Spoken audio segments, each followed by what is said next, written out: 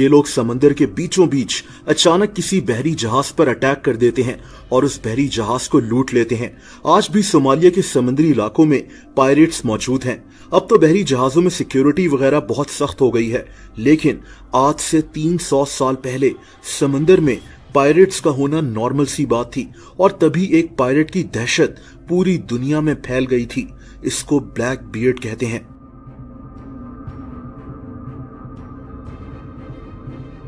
दोस्तों, black beard का असल नाम एडवर्ड बताया जाता है, लेकिन शायद ये भी गलत हो क्योंकि लोग इसको बस ब्लैक बियर्ड ही कहते हैं। यह आदमी 1680 में पैदा हुआ था, यानी आज से 344 साल पहले। इसके बचपन के मुतालिक कोई नहीं जानता। किसी को नहीं पता कि इसके माँ बाप असल में कौन थे, इसकी फैमिली क्या थी, लेकिन ये जरूर कंफर्म्ड है कि ये आदमी इंग्लैंड के शहर ब्रिस्टल में पैदा हुआ था। ब्रिस्टल एक बहुत अहम इंटरनेशनल सी पोर्ट भी था। उन दिनों हवाई जहाज तो होते नहीं थे, इसीलिए बहरी जहाज ही सफर करने का सबसे अहम जरिया था। दोस्तों, ब्लैक बियर्ड लिखना पढ़ना जानता था। यह भी कहा जाता है कि ये एक अमीर फैमिली में पैदा हुआ था, लेकिन इसको हमेशा से बहरी जहाज पर सफर करने का बहुत शौक था। 1699 में जब ये 19 साल का था तो ये एक बहरी जहाज पर सवार होकर कैरेबियन पहुंच गया, जिसको हम वेस्ट इंडीज भी कहते हैं। उन दिनों बहरी जहाज के जरिए तिजारत भी की जाती थी और गुलामों को भी एक मुल्क से दूसरे मुल्क काम करने के लिए ले जाया जाता था।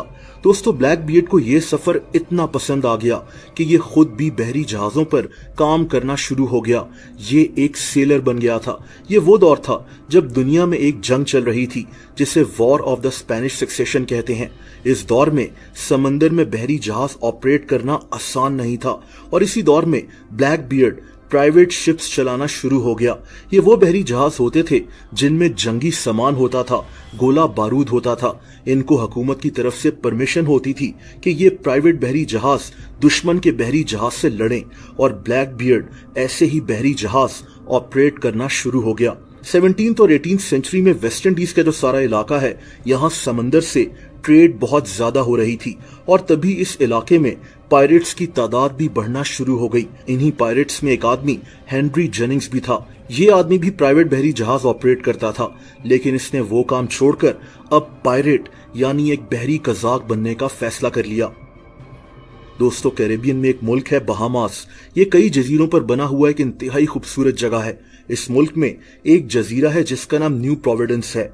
आज बहामास के 70% लोग यहीं रहते हैं, लेकिन उस दौर में ये जजीरा बिल्कुल वीरान था। ये जो आदमी था हेनरी जेनिंग्स, इसने इसी जजीरे पर अपनी एक बेस बना ली और सोचा कि यहीं से ये बहरी जहाजों पर हमला कर उनको लूटा करेगा। इसके बाद से इस जजीरे पर बहुत से बहरी कज़ाक आकर रहना शुरू हो गए। ब्लैक बियर्ड उस वक्त जमैका में रहता था और ये भी इसी जजीरे पर पहुंच गया। दोस्तों, इसी जजीरे पर एक और पायरेट होता था जिसका नाम कैप्टन बेंजामिन हॉर्नेगोल्ड था। 1716 में एक दिन इन पायरेट्स ने एक बहरी जहाज पर हमला कर उसको लूट लिया। इस बहरी जहाज में अनाज वगैरह मौजूद था। इसके बाद तो इन लोगों ने समंदर में ही लूट मचा दी। इन लोगों ने कई बहरी जहाजों को लूट लिया था। ब्लैक बियर्ड के नीचे 70 लोग काम कर रहे थे। इनके पास 3 बहरी जहाज मौजूद थे जो इन्होंने लूटे थे।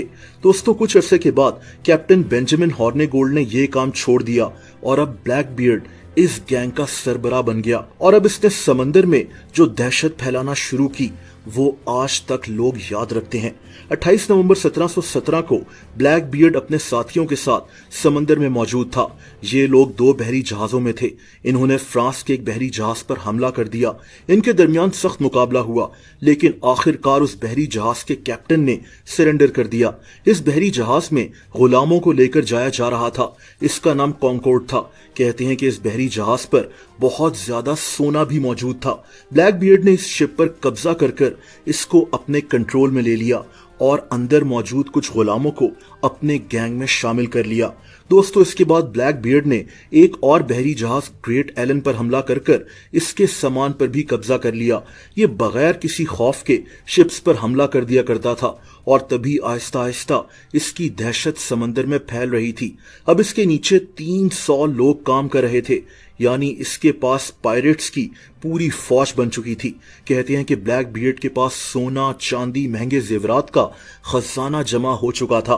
दोस्तों ब्लैक बियर्ड को ब्लैक बियर्ड इसलिए कहते थे क्योंकि इसकी दाढ़ी काफी लंबी थी, इसका कद भी बहुत लंबा था। इसी दौर में इसका नाम ब्लैक बियर्ड पड़ गया था क्योंकि कोई इसका नाम तक नहीं जानता था। ये भी कहते हैं कि ब्लैक बियर्ड की आंखें ऐसी थीं कि इसको देखकर ही इंसान को खौफ आ जाता था। बहरहाल वक्त गुजरने के साथ साथ ब्लैक बियर्ड बहरी जहाजों पर हमला करता रहा, उनको लूटता रहा और इसके गैंग में लोगों का इजाफा होता गया। इसके पास इतनी गन्स वगैरह जमा हो गई थी कि लगता था जैसे ये जंग लड़ने की तैयारी कर रहा हो। 1718 तक ब्लैक बियर्ड की गैंग में 400 लोग जमा हो गए थे। ये आदमी बहुत सख्त था और तभी इसके गैंग मेंबर्स इससे बहुत डरते थे। दोस्तों उस दौर में एक जगह होती थी प्रोविंस ऑफ साउथ कैरोलिना, इस पर बर्तानिया की हुकूमत थी। ब्लैक बियर्ड अपने बहरी जहाजों और लोगों के साथ इस तरफ निकल पड़ा। ये रास्ते में कई बहरी जहाजों को लूट रहा था। ये इन बहरी जहाजों से लोगों को भी गुलाम बनाकर अपने पास रख रहा था। इन्हीं में से एक बहरी जहाज बर्तानिया की तरफ सफर कर रहा था। इसमें कुछ सियासतदान